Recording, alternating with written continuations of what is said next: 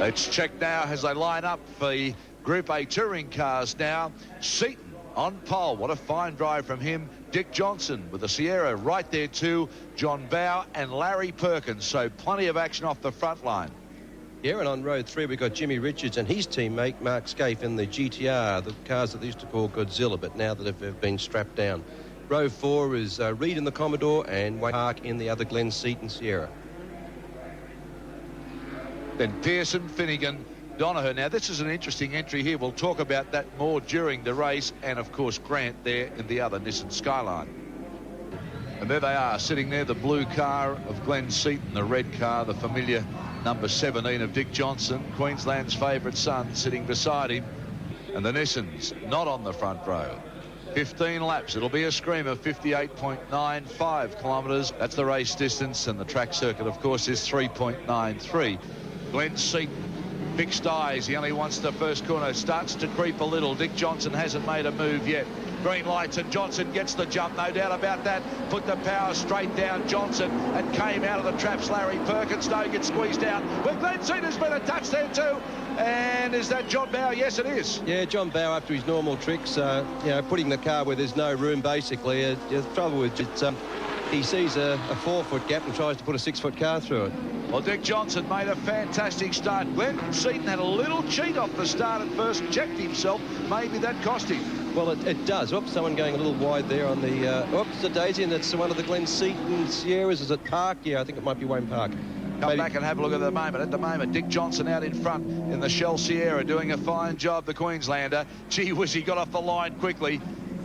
And Larry Perkins, of course, won the Nissan 500 in here last year in a similar Commodore. He's got the Commodore up and running, and the Commodores do like this track.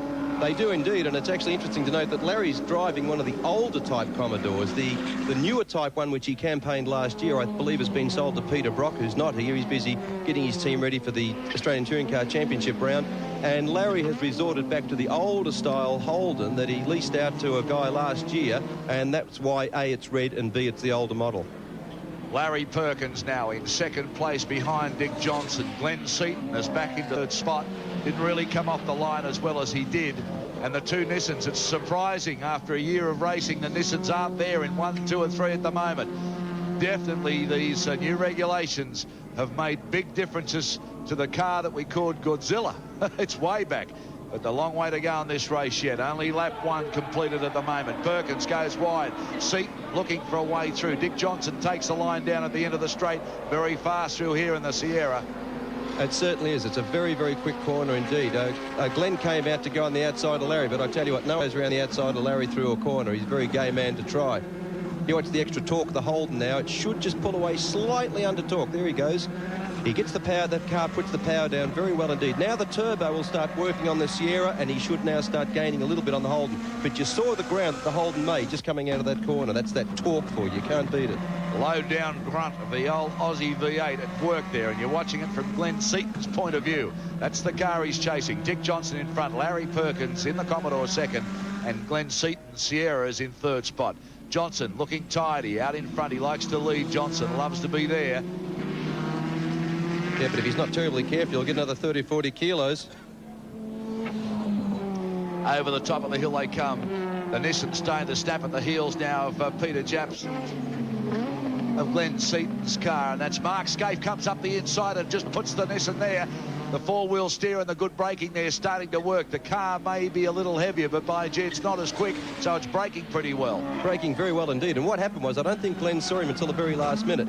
Glenn had to make room for him, and in doing so, Bowe closed right up. So you'll probably have Bowe now snapping right at Glenn's heels. Mark Scaife now bustles and hustles his way into third spot, chasing Larry Perkins. Glen Seaton bumped back to fourth. John Bowe, you can see his car damaged in that first corner shunt that we saw. And let's have a look at the Nissan, because Mark Scaife was telling us he can brake very much later than the other cars now. Not as fast down the straight, so he can brake a little later. But look at this. The Glen Seaton, Peter Jackson Sierra really hustled his way through. Scaife places up again, so he fought well back then and came back well, was Glen Seaton. That's a sight you never used to see last year, a Nissan GTR pulling out to pass the Sierra on the straight and then having to go back in again because it didn't have the power. Scaife A little tiger, this fellow. Of course, joint Bathurst winner with Jim Richards last year in these cars, but they were very different in a different configuration then. So the battle on the third spot. It's a beauty too. Glenn Seaton holding out Mark Scaife. John Bower just in the damage right in behind them, and then Jimmy Richards in the other of the Nissan cars. You can see Mark Scaife doing everything he can to crawl all over the top of the Sierra. Can't get there though. The Sierra looks about 45 foot wide at the moment from where he's sitting. Well, let's now go down. We're looking at pictures from Jimmy Richards' car, so let's have a talk to the man himself. Jimmy Richards, I can't believe the difference in straight line horsepower now. Nor can I, Daryl, so that's what you get for winning all those races, eh? Well, mate, I mean, they're doing to you what you were doing to them all year. I mean, it must be pretty frustrating knowing how fast the car can be. Cams knows best, Daryl. Well, what can you do? I mean, you've only got screamers here today. They're only sprint races, and there's a lot of ground to make up. Well, mate, we can't really do anything. We just got to drive them as good as we can and see what happens at the end.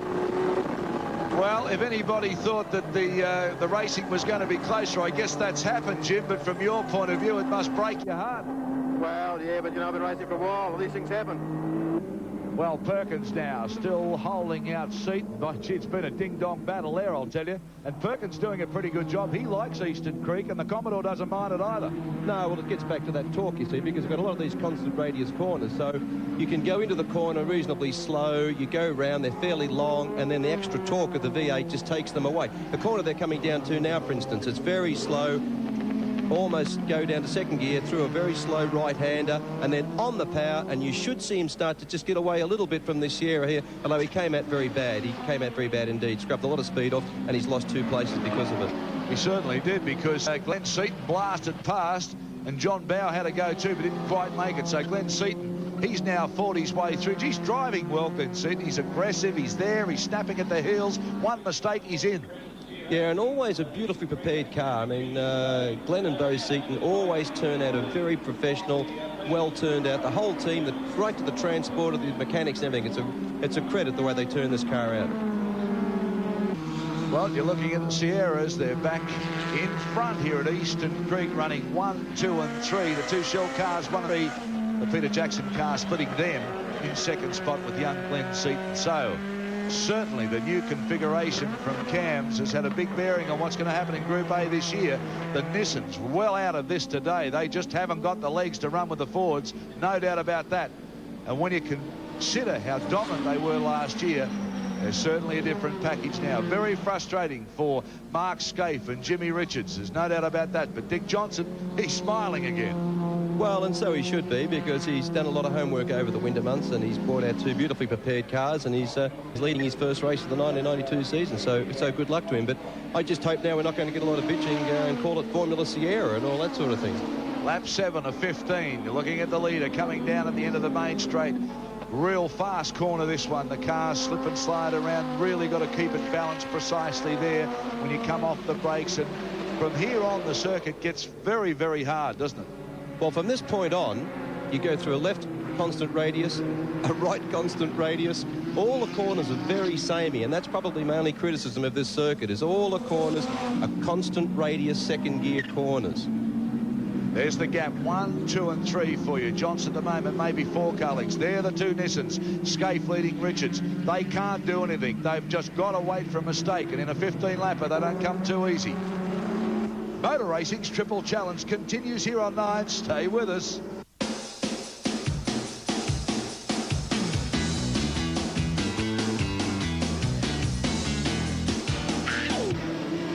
Welcome back to Eastern Creek for the Winfield Triple Challenge. Dick Johnson from Queensland in the Shell Sierra out in front. His teammate at the moment is in 3rd spot. He had a bingle on the first lap. That's Johnny Bower as he came down. Glenn Seaton, another Sierra, the blue car, is in 2nd spot. So it's Sierras 1, 2 and 3. Then the Nissans 4 and 5 of Scaife and Richards. And that's the way they run in the top 5 at the moment. But Johnson, well, he grabbed the lead. He made a beautiful start off the line, and he certainly capitalised on probably a mistake from Glenn Seaton by just starting to creep away and then having to check himself. Well, that happens. When you start to creep away like that and you realise, gee, I better not keep doing this, otherwise I'll get penalised for a false start, then you have to put your foot on the brake, your revs drop, and then guess what happens 9 times out of 10? The green light comes on, and that's probably the worst start you can make. But Glenn's pretty well placed. I mean, Dick's driving extremely well. He's driving very smoothly. He's placing the car right.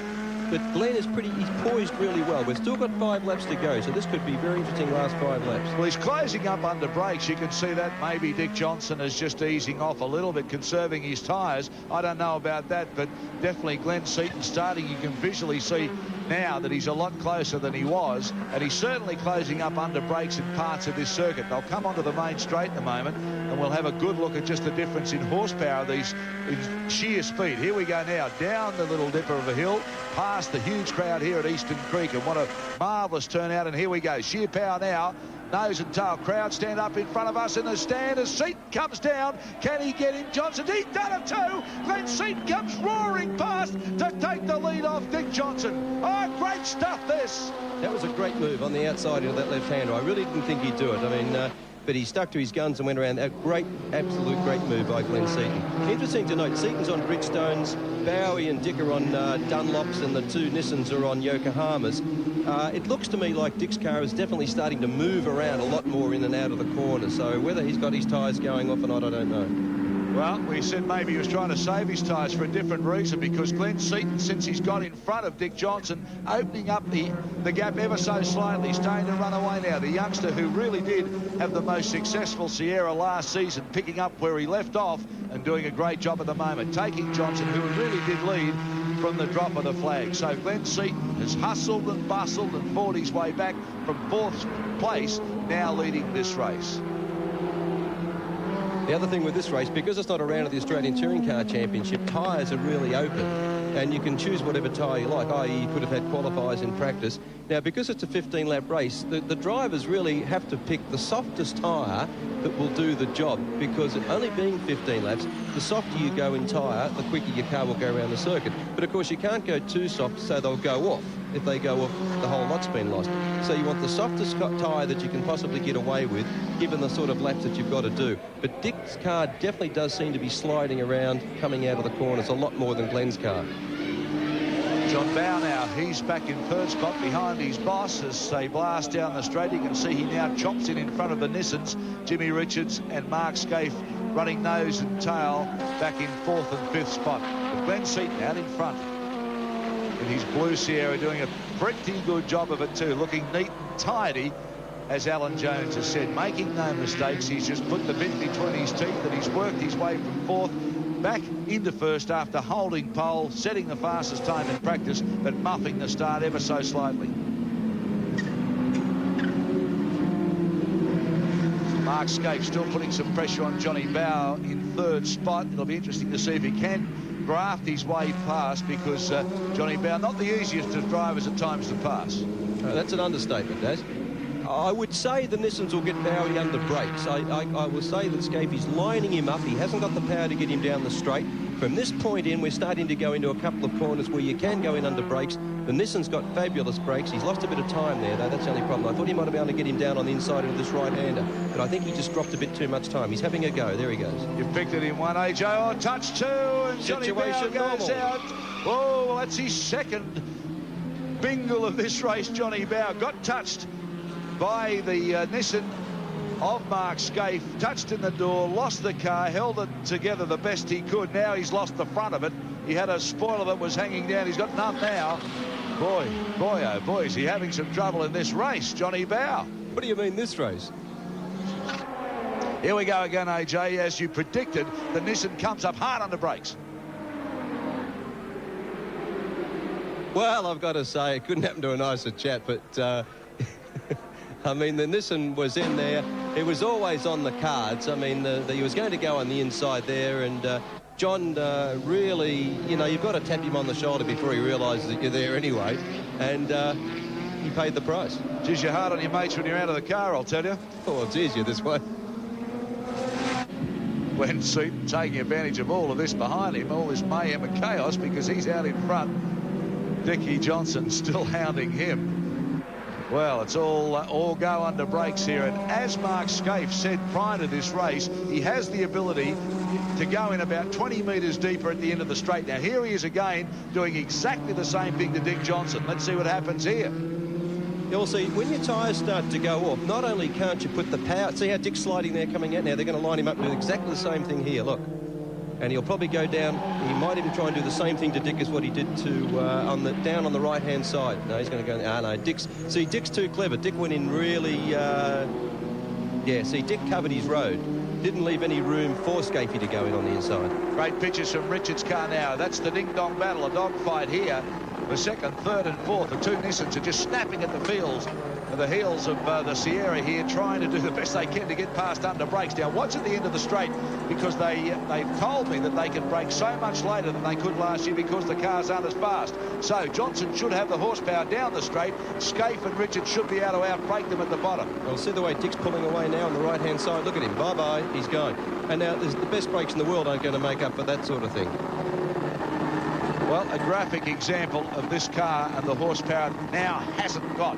Chasing the Sierra down into the straight made absolutely no impression. So they've got to do it on the twisty bits. Well, now, from this point on, this is where the brakes of the Nissan should come into their own. Now, Dick, he's not putting the power down. See the way the back of Dick's car is sliding out? He's not getting that power down. And also, that affects you under brakes, because not only can't you accelerate, but you can't brake late when your tyres are going off. There's the touch, of course, the damage you can see on Mark Scaife's Nissan on the left-hand panel of the door there. That's the damage caused in the John Bow incident. You can see it there. What about the four-wheel steer? Does it really have advantage on a track like this?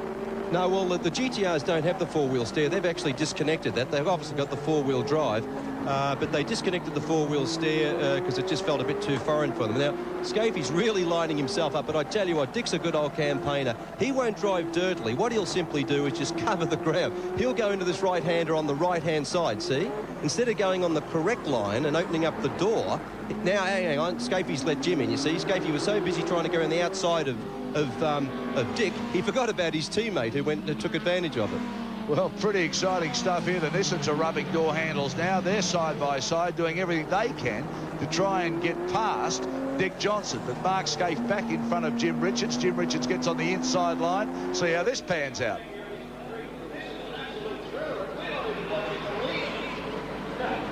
Lap 14 as they come down the straight now. There's Seaton. So the gap is not as big as we thought. There's Johnson. Let's have a look at the Nissans as they go through. Jimmy Richards didn't get the advantage over Mark Scaife.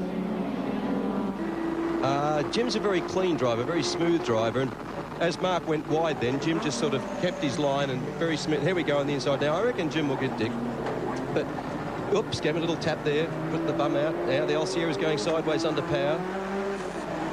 But Dick should be on the inside. We should see Dick appearing shortly.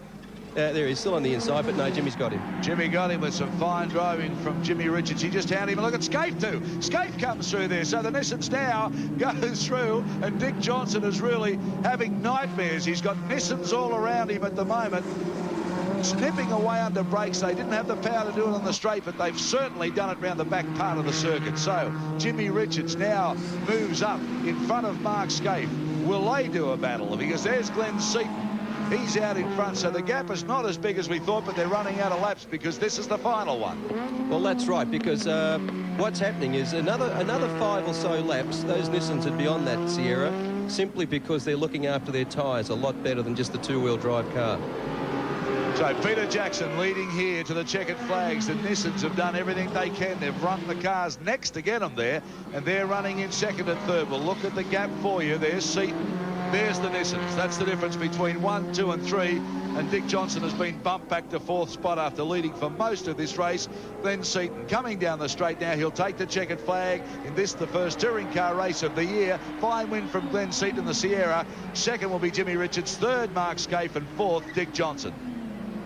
Recapping the placings in the Group A production race number 1. Glenn Seaton, fine win of the Sierra from Jimmy Richards and Mark Scaife in the Nissans. Dick Johnson, who led for most of that race, bumped back to fourth with John Bowie, his teammate, back in fifth.